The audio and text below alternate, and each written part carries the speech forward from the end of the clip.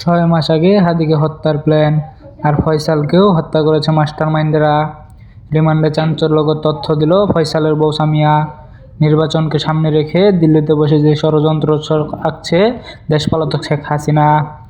মাত্র 3 সেকেন্ডে killing mission, এর চিত্রনাট্য লেখা হচ্ছিল দীর্ঘ 6 মাস ধরে, তাও আবার বাংলাদেশের মাটিতে নয়, সিঙ্গাপুরের মাটিতে।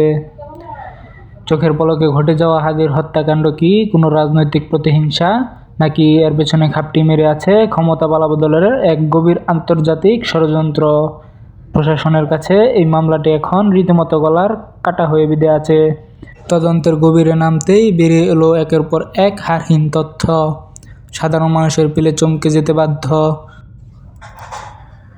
আপনাদের দৃষ্টিতে মনে হতে পারে এটি পাড়া মহল্লার কোনো সাধারণ কোন্দল, কিন্তু আসলে এটি ছিল সিঙ্গাপুরে বসে কলকাঠি নাড়ার এক বিশাল দাবার চাল।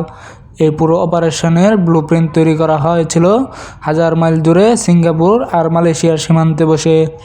মাস্টারমাইন্ডরা জানতো দেশের মাটিতে বসে এমন হত্যার ছক কষলে মুহূর্তেই ফাঁস হয়ে যেতে পারে, তাই তারা বেছে নিয়েছিল বিদেশে নিরাপদ আস্তানা। এই কিলিং মিশনের প্রধান চরিত্র শুটার ফয়সাল করিম মাসুদ। সমাজের মানুষের কাছে সে নিজেকে পরিচয় দিত একজন আইডি উদ্যোক্তা ও সফল ব্যবসায়ী হিসেবে, অথচ এই ভদ্রলোকের মুখোশের আড়াল লুকিয়েছিল ভয়ঙ্কর পেশাদার খুনি।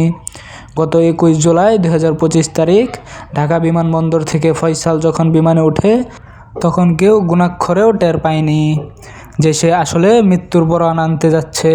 5 দিনের সেই গোপন সফরে সে কোনো দর্শনীয় স্থান ভ্রমণ করেননি, বরং সে গিয়েছিল তার বসদের সাথে চূড়ান্ত সিদ্ধান্ত নিতে। সিঙ্গাপুরের অভিজাত হোটেল থেকে সড়ক পথে সে সোজা চলে যায় মালয়েশিয়ার সীমান্তের এক গোপন ডেরায়। আগে থেকে এখানেই ঘাঁটি ছিল 5 আগস্টের পর পালিয়ে যাওয়া আওয়ামী লীগের একজন প্রভাবশালী রাঘব বল। তাদের নির্দেশেই তৈরি হয় পৃথিবী থেকে সরিয়ে দিতে এই মাস্টার প্ল্যান। সেই অন্ধকার মিটিংয়েই ফয়সালের হাতে তুলে দেওয়া হয় হাজির ছবি, বুঝিয়ে দেওয়া হয় পালানোর নিখুঁত রোডম্যাপ। প্রবাসী সেই নেতাদের কাছে হাদিয়েছিল এক বড় আতঙ্কের নাম, তাই তাকে সরাতে টাকার বস্তা নিয়ে নেমেছিল। গোয়েন্দা সংস্থার তথ্য বলছে ফয়সালের সেই বিদেশ সফরেই ছিল এই নৃশংস হত্যাকাণ্ডের প্ল্যান। কন্ট্রোলে যেভাবে খেলনা চালানো হয়, ঠিক সেভাবেই নিয়ন্ত্রণ করা হয়েছিল টাকার রাজপথের এই খুনের দৃশ্যপট।